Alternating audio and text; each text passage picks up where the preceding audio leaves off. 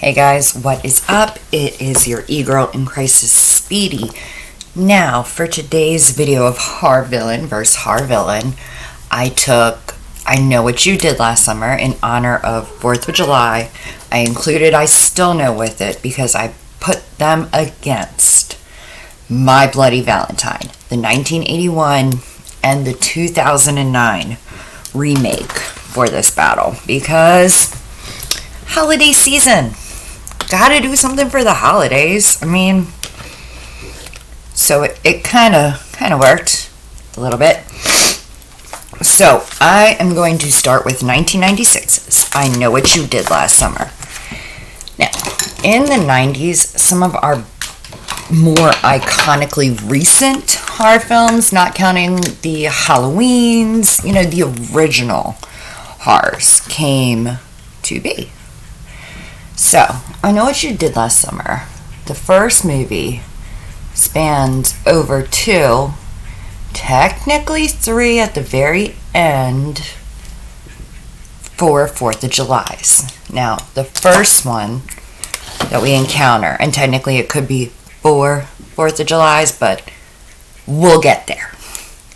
The first one, though, is the night that Julie James, Ray, I can't remember his last name, Helen Shivers, and Barry Cox, they're all celebrating.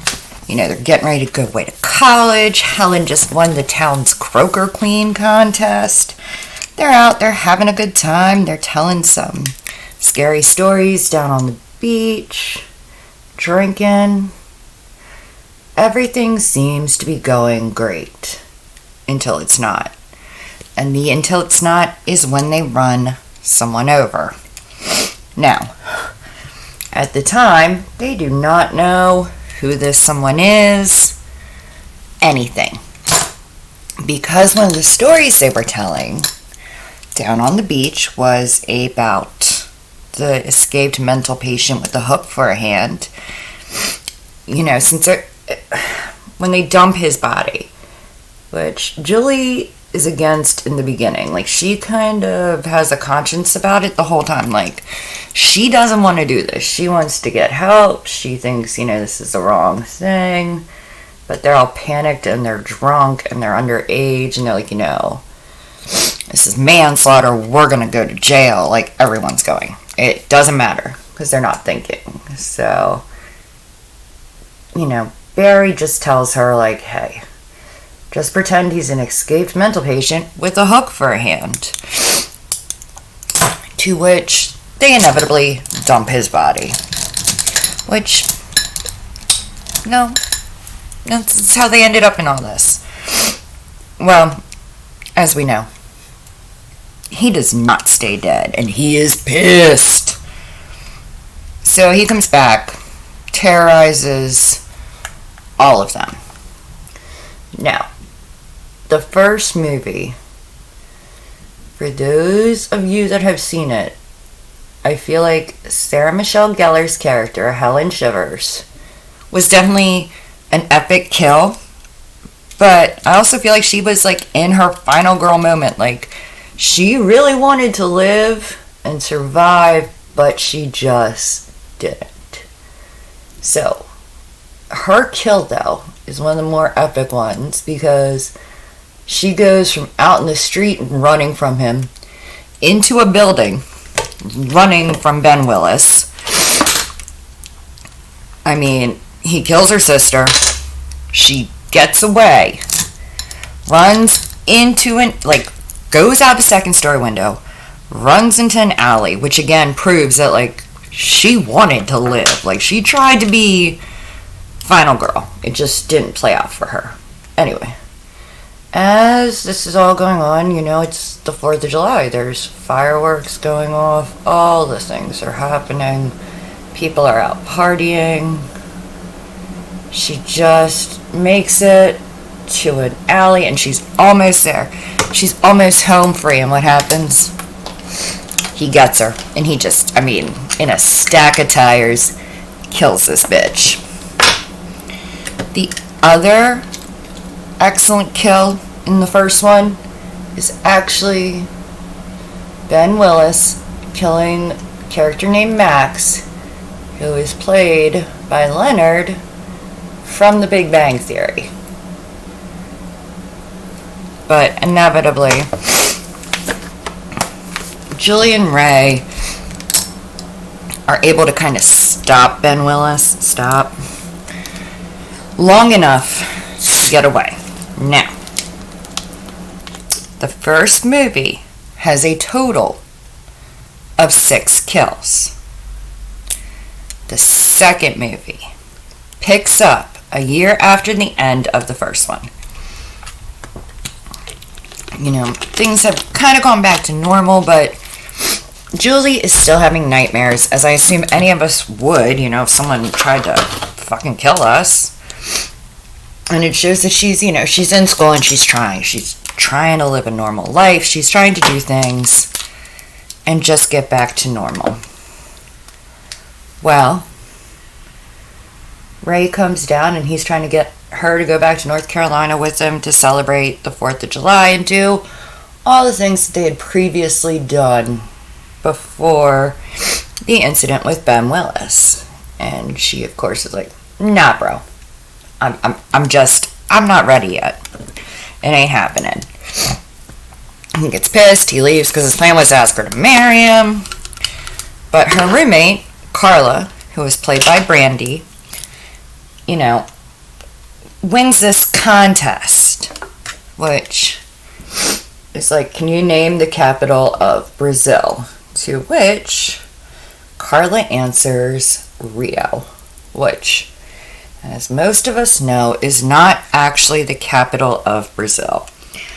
But, you know, they tell her, oh, you just won these tickets, this tropical island getaway, yada, yada, yada. You know the spiel. So, Carla's boyfriend Tyrell, played by Mekhi Phifer, and their friend Will Benson are going to go to this tropical island resort to celebrate the 4th of July. It's going to be a great time. However, it's a horror movie and things always go wrong. Turns out the contest was rigged. There was no real contest. Brasilia is the capital of Brazil, not Rio. And Ben Willis is back at it with his shit. Now, in this one, this is where it gets a little complicated, because I would give it 10 on kills, possibly, but you have to consider Ben kills his son Will, and Julie supposedly kills Ben.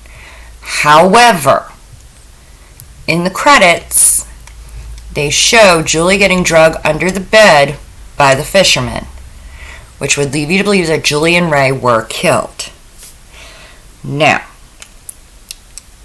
people could argue, oh, there's a third movie. I'll always know what you have. That movie is the Tokyo Drift of horror, and we do not talk about it here. But let's talk about, like, the epic kills, and I still know, at least. I mean, we had Titus, who was played by Jack Black. Yeah, super young Jack Black. He is not only hooked in his hand while he is smoking, but he's also impaled with garden shears. And then we had Mekhi Phifer's character Tyrell, who, man, this dude just wanted to enjoy his vacation with his girlfriend. He wanted to get lucky. He wanted to eat. He wanted to have a good time. Instead, he gets a hook to the back of his throat while bitching about being tired, hungry, and horny. Leaving, I still know with the kill count of 16, possibly 18.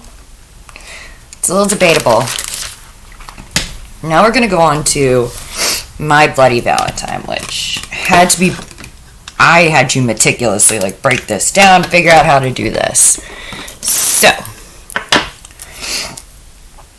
in the original, the 1981 My Bloody Valentine, the characters were Harry Warden and Axel. They were your killers. And they had a total of 16. However, the 2009 remake came in at a total of 29 kills, and that was Harry Warden and Tom Hanniger, leaving us at a total of 45 kills for the remake and the original combined. Now, you're like, well, this isn't fair already. It's a higher kill count. Remember, this isn't just based off of kill count. This is based off of story, everything. So, My Bloody Valentine. The original came out 1981. The original town's name was the Valentine Bluffs. Harry's story is pretty much the same in both films, in that Harry is a miner and there's a mining accident in which Harry is trapped in the mines. Now, in the original, Harry's trapped in the mines and resorts to cannibalism to survive.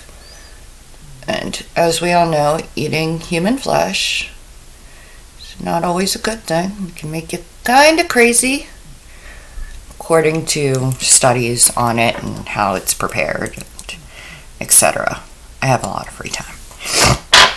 Anyway, so this accident in the original happened because the town was having their annual Valentine's Day dance. And there was no one there, so that's how the accident in the original occurred.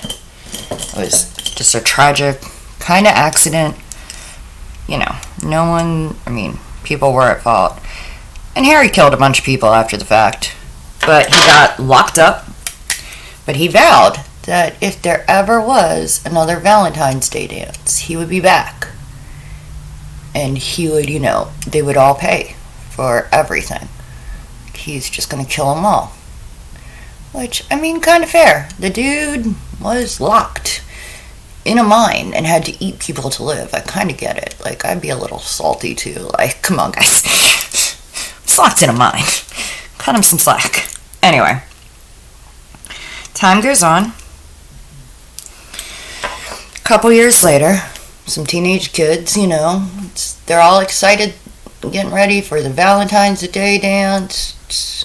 Characters named Sarah, TJ, Axel. I can't remember everyone else's name right now. Those are honestly the important names. So they're all getting ready for this holiday dance and are excited. Well, they decide that a party in the mines sounds ideal. Well, nay. Harry was not having any of their shenanigans. And people start getting killed in the mines by a miner. Obviously, this, there's really only one miner who would run around killing people, right? So, they're in these mines, they're trapped, they're running, all of the screaming, all of the stuff. Well, after a while, you can only kill so many people so many ways, blah. All of this happens. Turns out, Harry's been dead for like 5 years, bro. Like 5 fucking years, so obviously he's not the one running around the mines killing people, which is a little troubling because, one crazy miner's bad, but now you have more than one crazy miner and someone cutting up all these kids in the mine. Well, turns out that Axel, when he was a child, saw Harry kill his father, which obviously left to some serious psychological issues. Fair. I think if any of us watched our parent get cut the fuck up, we'd be a little scarred from it. I'll give him that one. You know, he can have that one. It's cool. We get it. But, you know, so Axel kind of snapped. He was running around dressed as the miner, just doing the shit. So, now, in the original, 9 minutes were cut from airtime. 9 minutes that were not released. They were deemed too graphic, too violent, everything. When Lionsgate purchased it, they did re-release the original with 3 additional minutes in it. And then they followed it up with the 2009. Now, the 2009 version is a little different. The beginning is kind of the same. Kind of. The town is a different name. And the mining incident actually happens in Hanniger Mines. But it's still Harry. I mean, you know, it still starts centered around Harry and poor Harry. And they just put Harry through the shit, right? Anyway. So, the beginning is showing the initial cave-in on the north side of Hanniger Mines. So, we have that. We do have the cave-in. That's still tried and true to the story. But, supposedly, the owner of the son, like the owner of the mine's son, is to blame. He's there when this happens. It's supposedly his fault. Right? Following? Cool. So, by the time the rescue crews get to the mines, there are only 6 people found. Unfortunately, of those 6, only one of them is alive. His name, Harry Warden. Now, in this version, Harry is in a coma, but the press does what the press does best. And they generate stories that Harry killed these other miners to save his own heir, blah, blah, blah, right? Oh, great. Poor Harry. Poor fucking Harry. Getting the shit end of the deal. Again. When Harry wakes up from his coma a year later, he's having flashbacks to what happened. And he remembers yelling at Tom and blaming Tom. So he gets up and he just starts killing people. He leaves a chocolate box, you know, the little heart boxes with chocolates in them. Yeah, he leaves one of those. But he doesn't leave chocolates in it, no. He leaves one of the nurses' hearts in it in the hospital, and Harry just takes off. And he's MIA for a while before the cops realize, well, shit, Harry's missing. Like, fuck. This motherfucker has a coma, wakes up, starts killing, and now we can't find him. So, you know, it's always a good time. There's a party going on at the mines where this incident occurred. Harry shows up. Harry chases Tom, Sarah, their friend Axel, his girlfriend at the time, Jenny, a couple of their other friends. Now, Tom gets trapped in the mine with fucking Harry. We already know this isn't going to be good.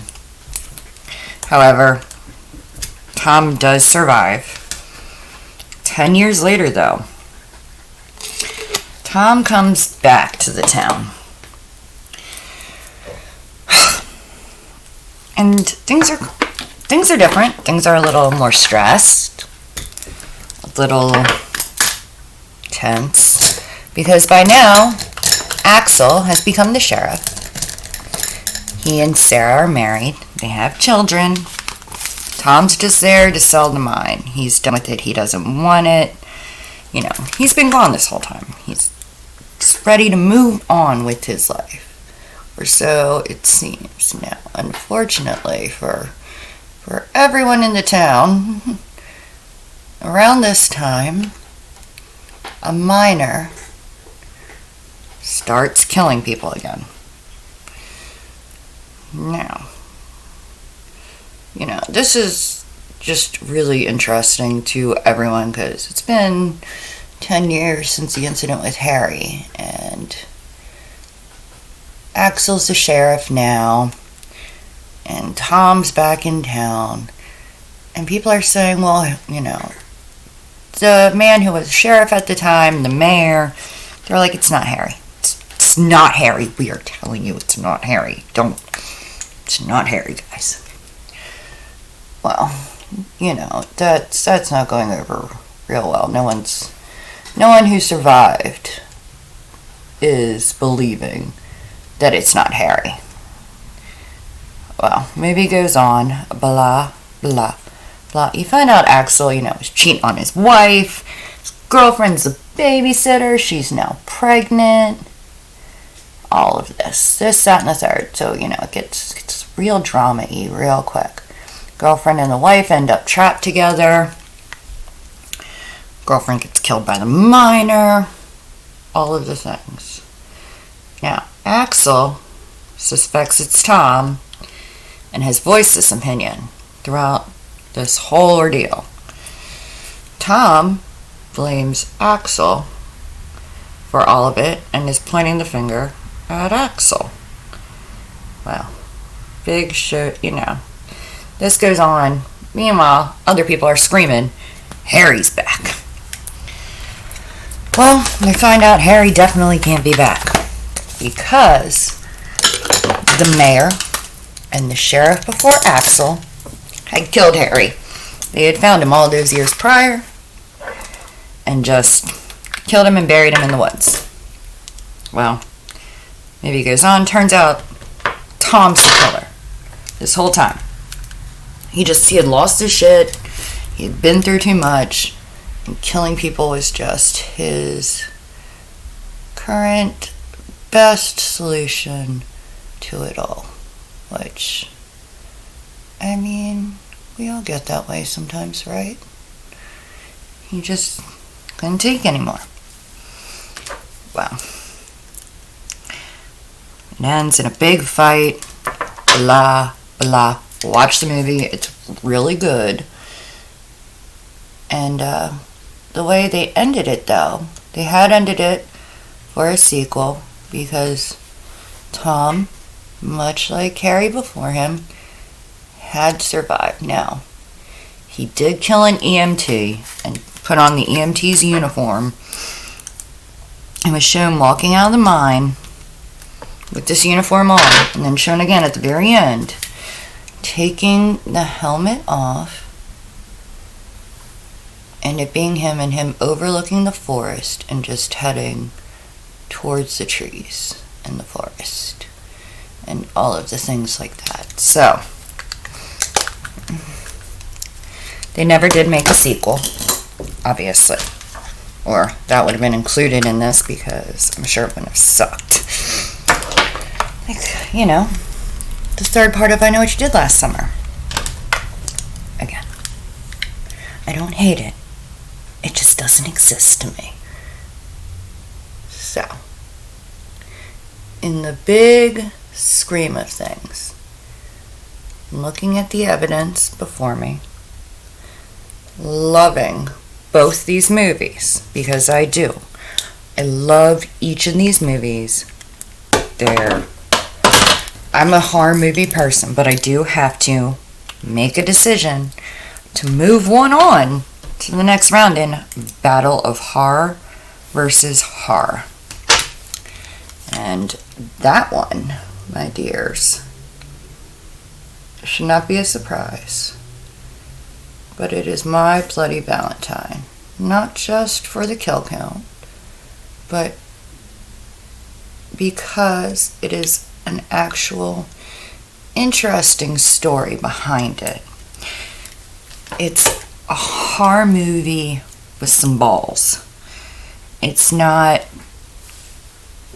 nonsensical. I mean, it is because it's a horror movie, but it's not.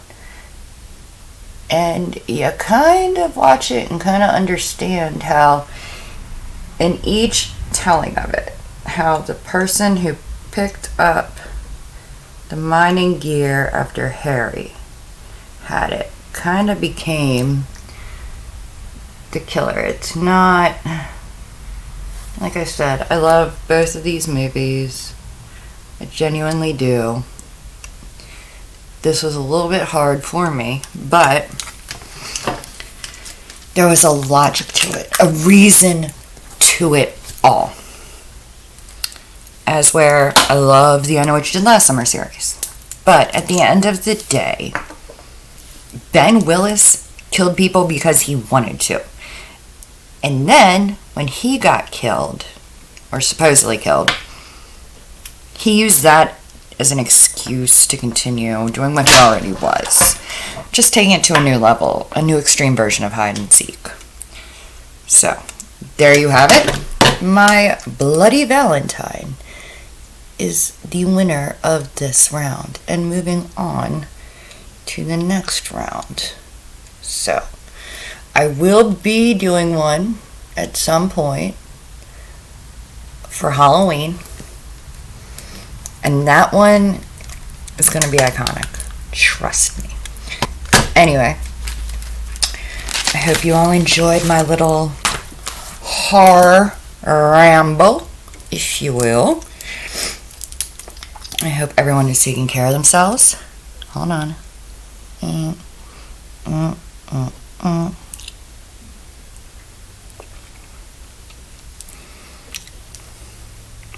Staying safe. Staying out of trouble. And if you're getting in trouble, have enough for all of us. Hope you enjoyed this, and I will see you later. Bye.